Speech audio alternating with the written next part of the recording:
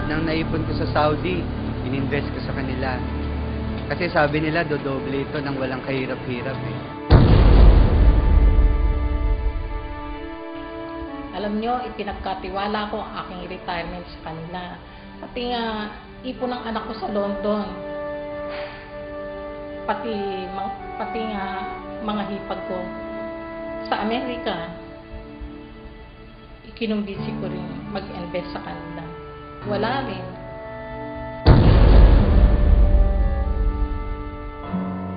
Noong una, nakakapagbigay pa sila. Nakuha ko pa yung cheque na kinita ng pera ko supposedly. But after 1 year, pinabalik-balik ako. At kung kani-kanino na ako itinuro-turo. Paano na kami ngayon? Paano ko lalapit? Lahat ng pinaghirapan ng pamilya ko napunta lang sa wala. Ano nang kakainin ng pamilya ko?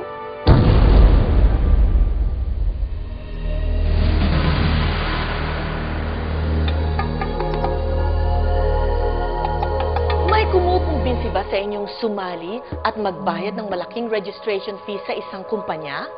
Wala kayong ibang gagawin kung hindi ang mag-recruit ng maraming tao at sila'y sasali din. At kikita kayo mula sa registration fee o investment ng mga na-recruit ninyo. Mahilig ba kayong magsasali sa mga get-rich-quick ventures o negosyo? Mag-ingat, baka kayo na ang susunod na biktima ng pyramid scam. Marami na sa ating mga kababayan ang nabiktima ng pyramid scams. Milyong-milyong pera ang nawala dahil sa sari-saring pangako ng mga manloloko. At ang mas nakakatakot pa dito ay kadalasan ang mga ordinaryong mamamayan ay napagkakamalan itong isang lehitimong negosyo. Kaya't napaka-importante na matutunan kung anong pagkakaiba ng lehitimong network marketing business sa isang pyramid scam. Sa pyramiding, ang mga kasali ay nag-aalok ng pagkakataong kumita sa pamamagitan ng pagre-recruit lamang ng mga bagong miyembro na handang mag-invest o magbayad ng registration fee para makasali sa naturang negosyo. Ang mabilisang kita ay galing sa puhunan o investment na ibinayad ng mga bagong recruits. Samantala, ang mga bagong recruits ay magkakaroon din ng pagkakataong kumita kung sila ay makaka-recruit din ng iba pa. Ang pyramiding ay illegal sapagkat ito ay likas na mapanlinlang o inherently deceptive. Dahil ang kinikita sa ganitong sistema ay mula lamang sa perang ipinupuhunan ng mga na-recruit at hindi sa pagbebenta ng anumang produkto.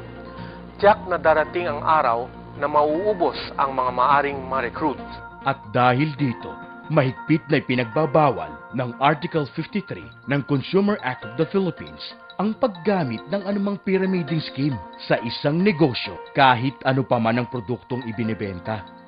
Ang Direct Selling Association of the Philippines o DSAP sa pakikipagtulungan sa Department of Trade and Industry ay naglunsad ng isang anti-pyramiding education campaign para sa inyong protection. Gaya ng kahit na anong negosyo, ang layunin ng isang legitimate direct selling o network marketing company ay ang pagbebenta ng kanilang lehitimong produkto.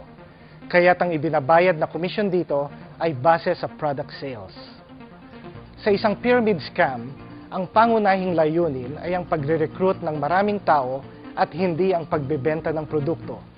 Ang Direct Selling Association of the Philippines ay samahan ng mga lehitimong kumpanya na mahigpit na ipinatutupad ang legal na compensation plans ng bawat kumpanya at nagsasagawa ng tamang paraan ng negosyo ayon sa Code of Ethics ng World Federation of Direct Selling Associations.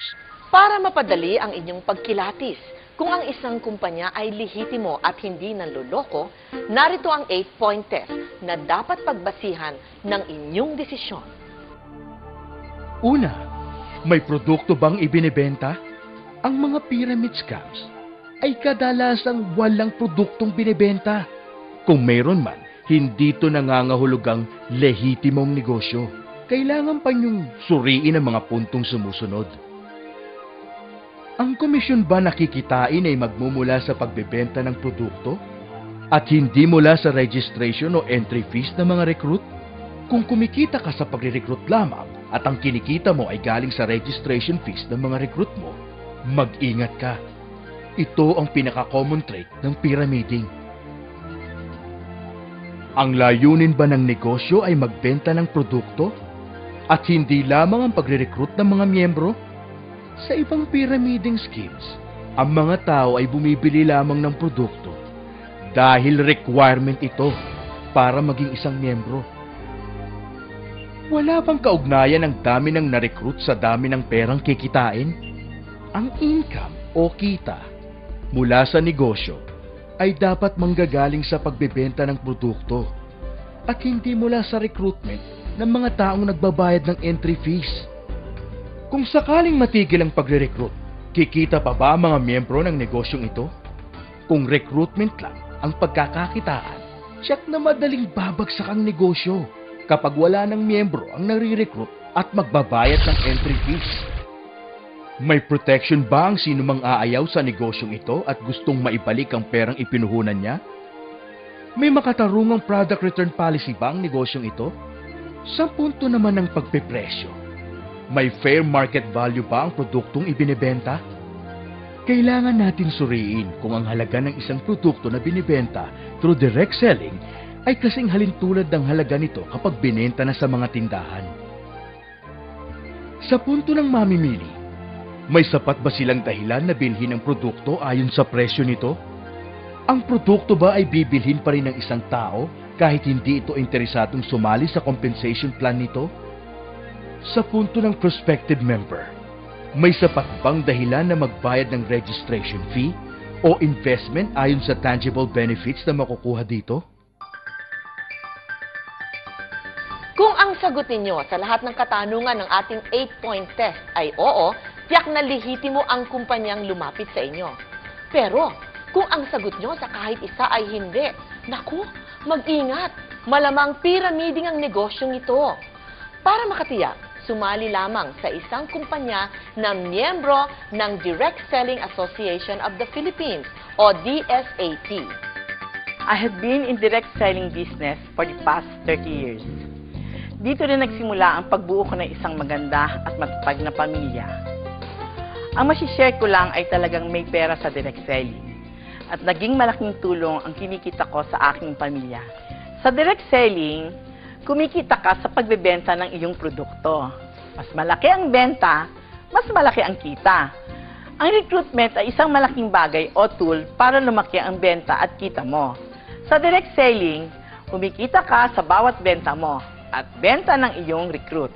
Sa recruitment, dalawa ang dapat natin bigyan ng pansin. Kung ang purpose ng recruitment ay para palakihin ang benta, ito ay naaayon sa structure ng direct selling. Ngunit kung ang recruitment ay upang mangolekta lang ng recruitment fees or membership fees at kikita ka na nang hindi ka na kailangang magbenta, ito po ay ang pyramiding at mahigpit na ipinagbabawal ng ating batas. Sa tagal ko po sa industriya ng direct selling, wala po akong alam na yumaman at tumagal sa pyramiding. Ang maipapayo ko lang po, pumili tayo ng kumpanyang lehitimo. Yung may pangalan na sa industriya ng direct selling. Inaanyayahan po namin kayong lahat na makipag-ugnayan sa Direct Selling Association of the Philippines at sa Department of Trade and Industry sa pagkontra ng mga pyramid scams. Kung kayo'y may katanungan o di kayo'y reklamo sa isang kumpanya o taong pinaghihinalaan niyong kasangkot sa pyramid scams, huwag magkatubiling tumawag sa DTI hotline number 897-7384 o mag-text sa DTI space comment at ipadala sa 2920 o mag-email sa i-reklamo@dti.gov.ph. Maaari rin kayong magsadya sa mga tanggapan ng DTI sa inyong mga probinsya.